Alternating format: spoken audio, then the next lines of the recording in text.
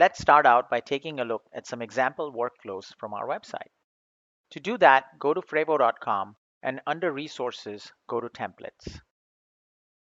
On this page, you can find a number of pre-built examples for common business problems that our customers solve with Frevvo. Everyday processes in finance and HR, such as POs, new hire onboarding and travel request, some SQL database integration examples, K-12 consent forms, and more. Let's take a look at a purchase order integrated with a SQL database. This example is a PO that starts with the employee and routes to their manager and optionally to a VP for approval. I'll fill in my email address for demo purposes so the system can email me the final PDF. The employee information section is automatically populated based on the logged in user, for example, their first and last names. In the order information section, the customer list dropdown is dynamically populated from the SQL database when the form loads. Select a customer and the billing and shipping address fields are retrieved from SQL and automatically filled in. The form also performs validations. For example, the due date cannot be before the shipping date.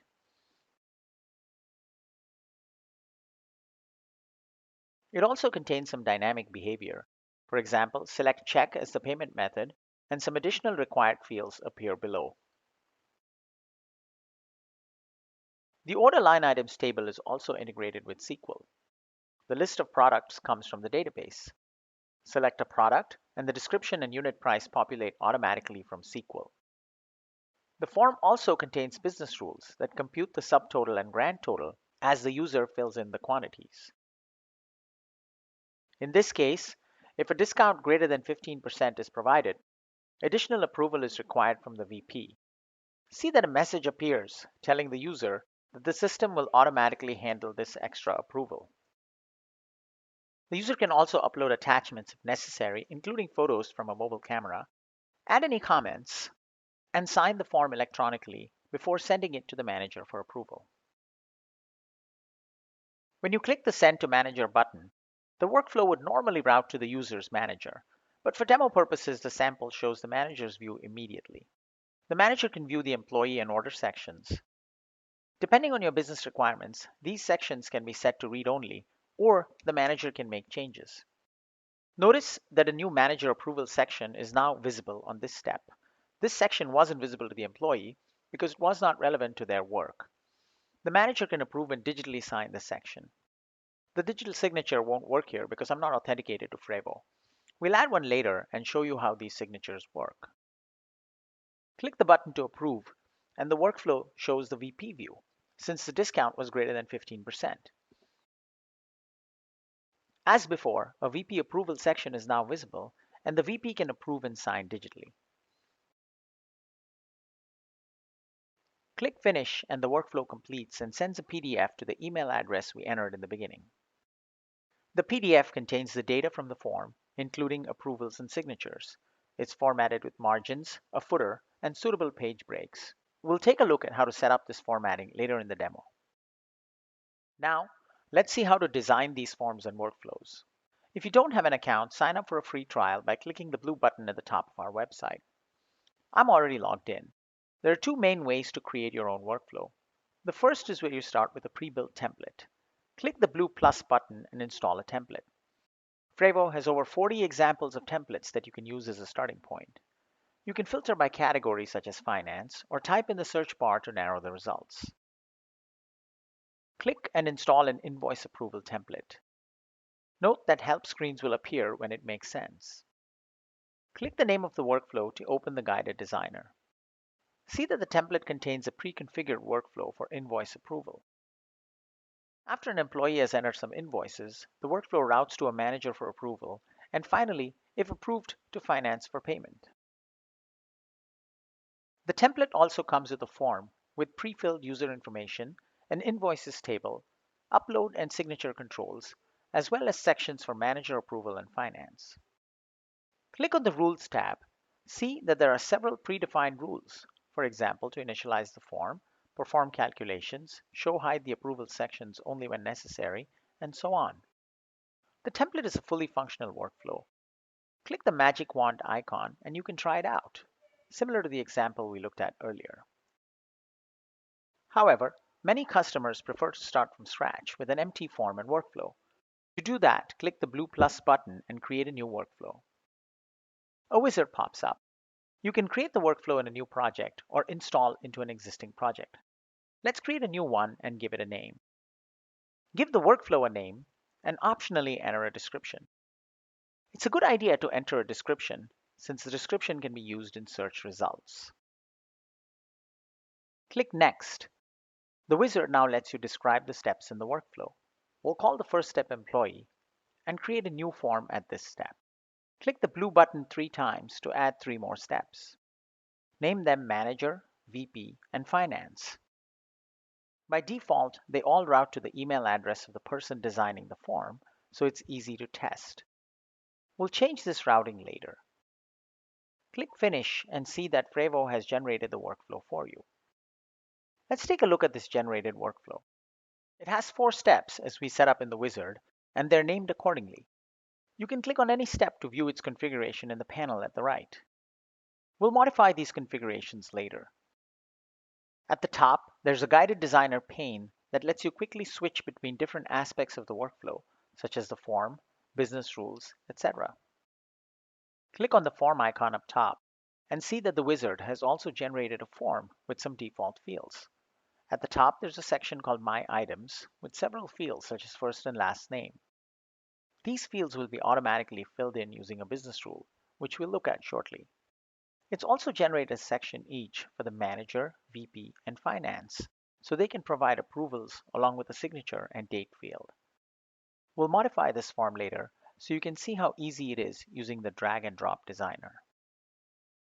Click on the Rules tab and see that the wizard has generated a number of rules for you. For example, it's generated an initialization rule. So if the current step is employee, it'll automatically fill in the fields at the top. If it's any other step, they're disabled, so others can't modify these fields. We'll also add a couple of rules, so you can see how easy it is to do with the Visual Rule Builder. The PDF tab is for custom PDFs generated by the workflow. We're not going to use that in this case.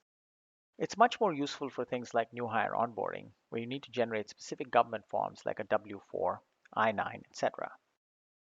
Finally, there's the Settings tab, where you can configure various workflow level settings, and we'll go through these shortly.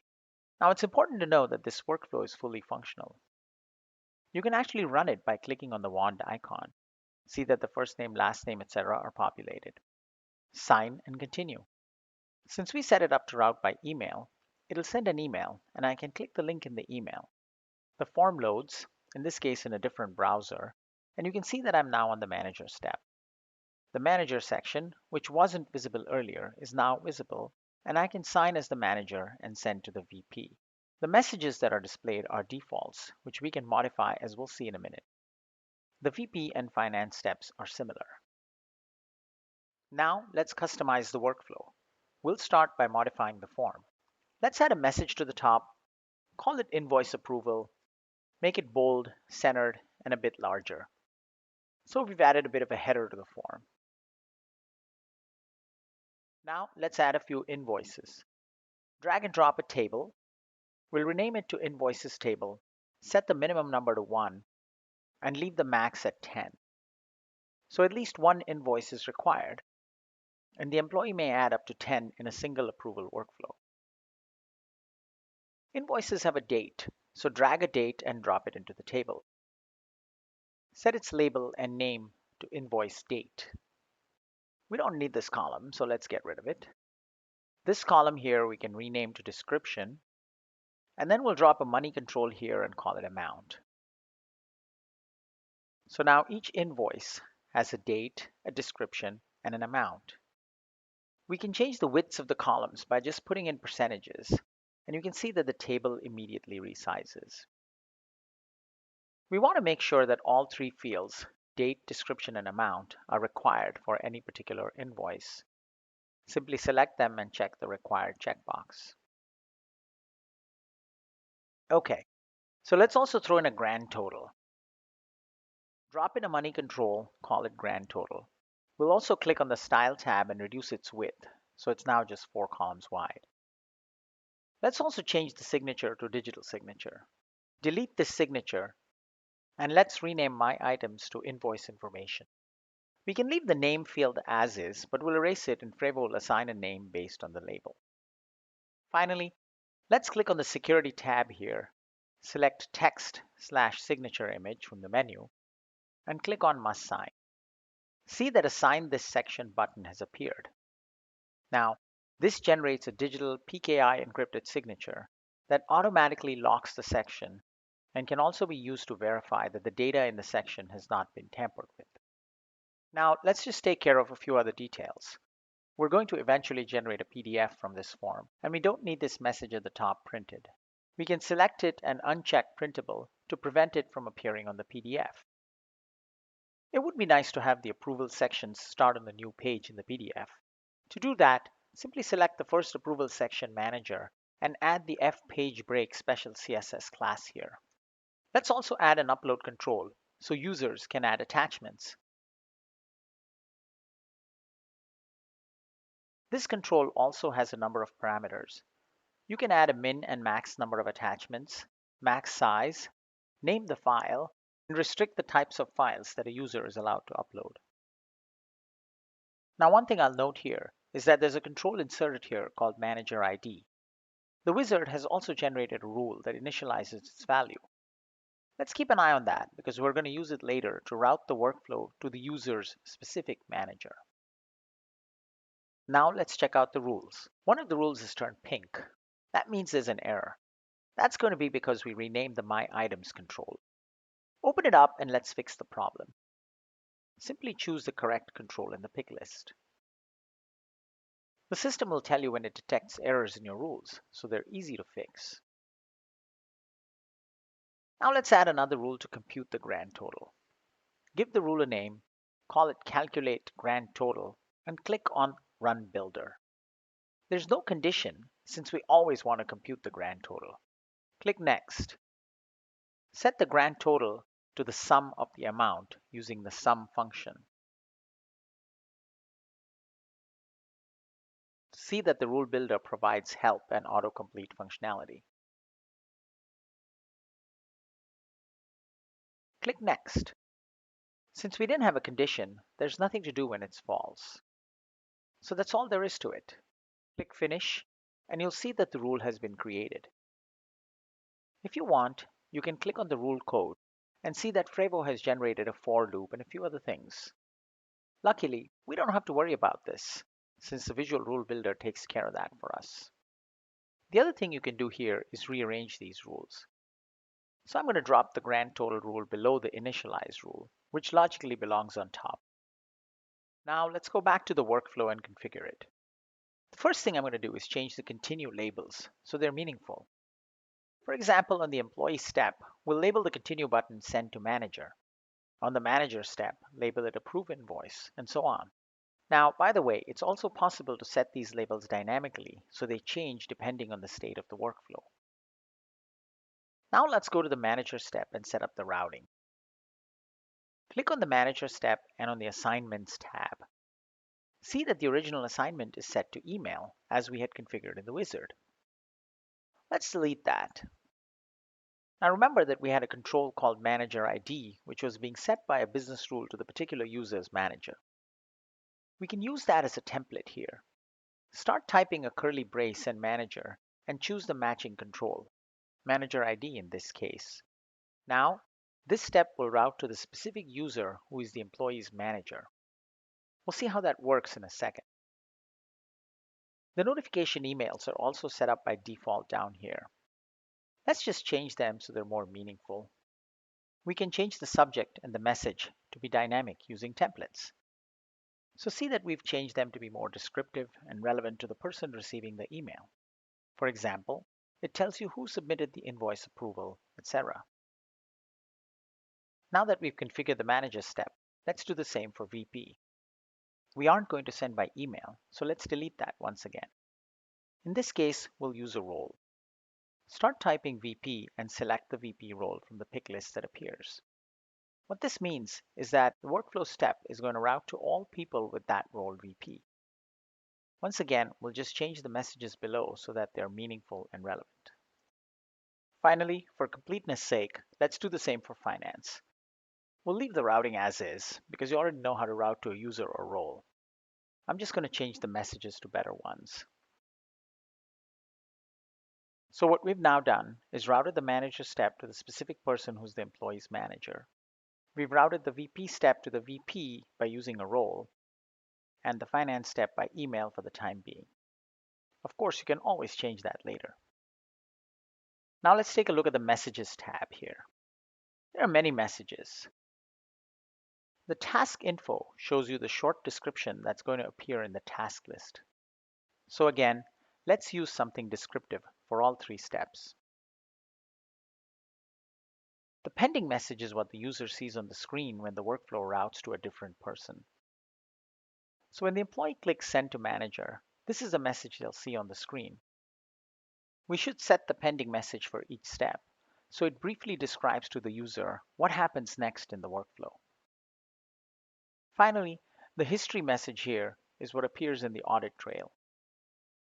It's usually a good idea to set this properly, so when you look at your audit trail for the workflow, you can see meaningful descriptions of what happened at each step.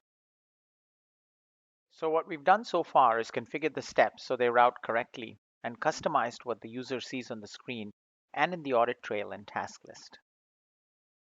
Now let's add a precondition. Click the plus icon to add one. Remember that we only wanted to get VP approval when the grand total is greater than $10,000. Give the precondition a description, for example, amount greater than 10,000. Click Edit here, and it's very similar to the rule builder.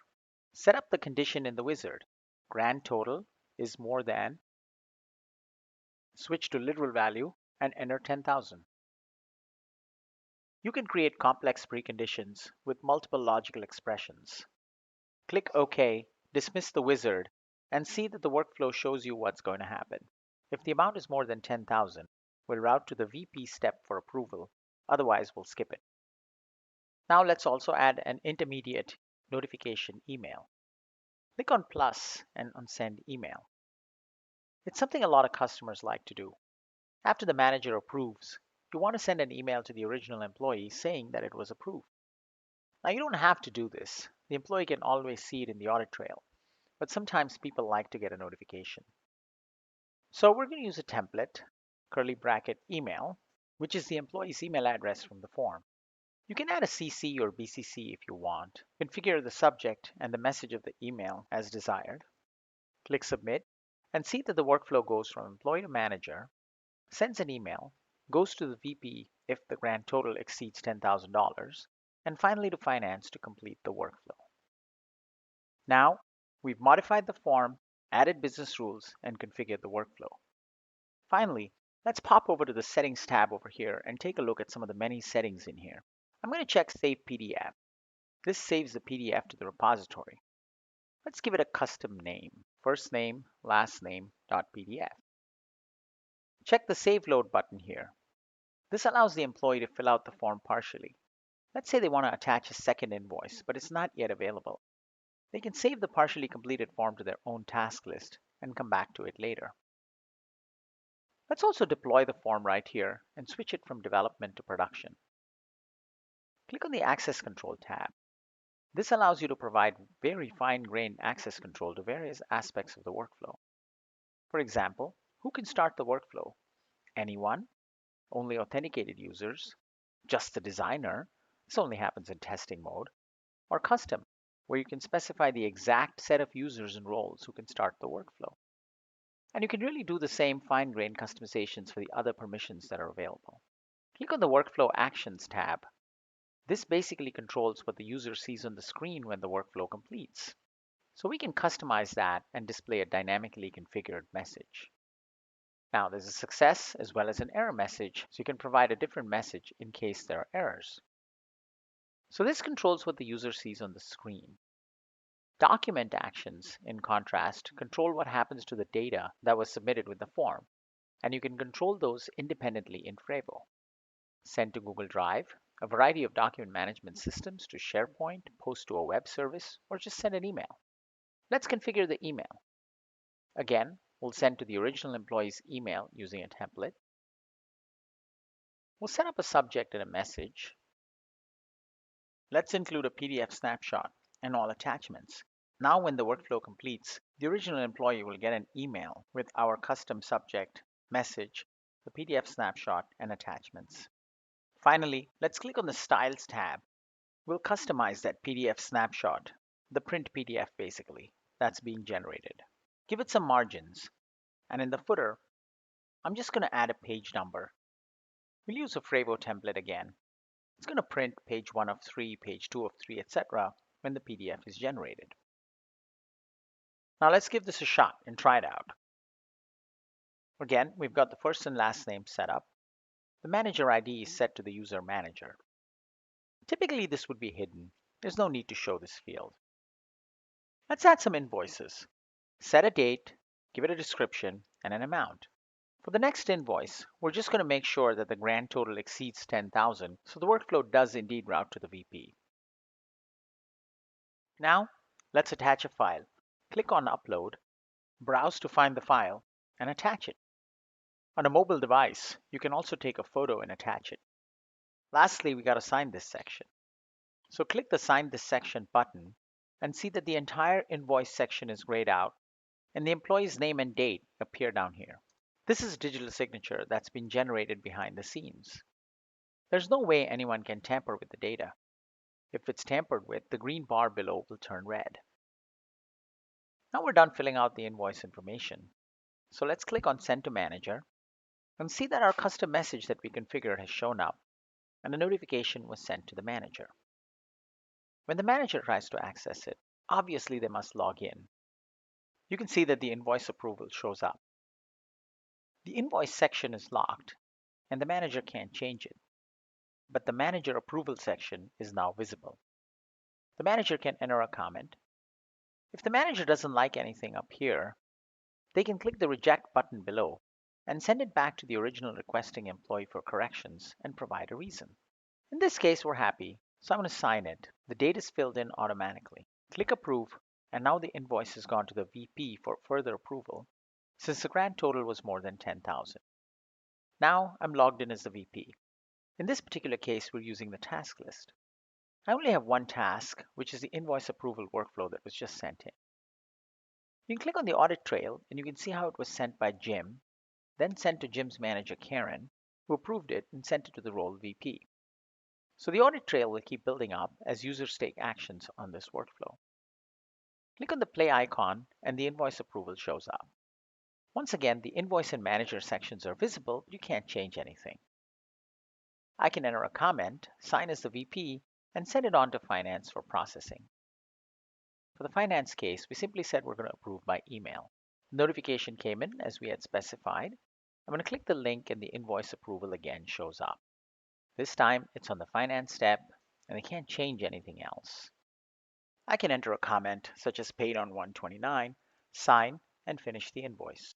The invoice approval has been successfully processed and our message, as we had set up in our workflow actions, is displayed.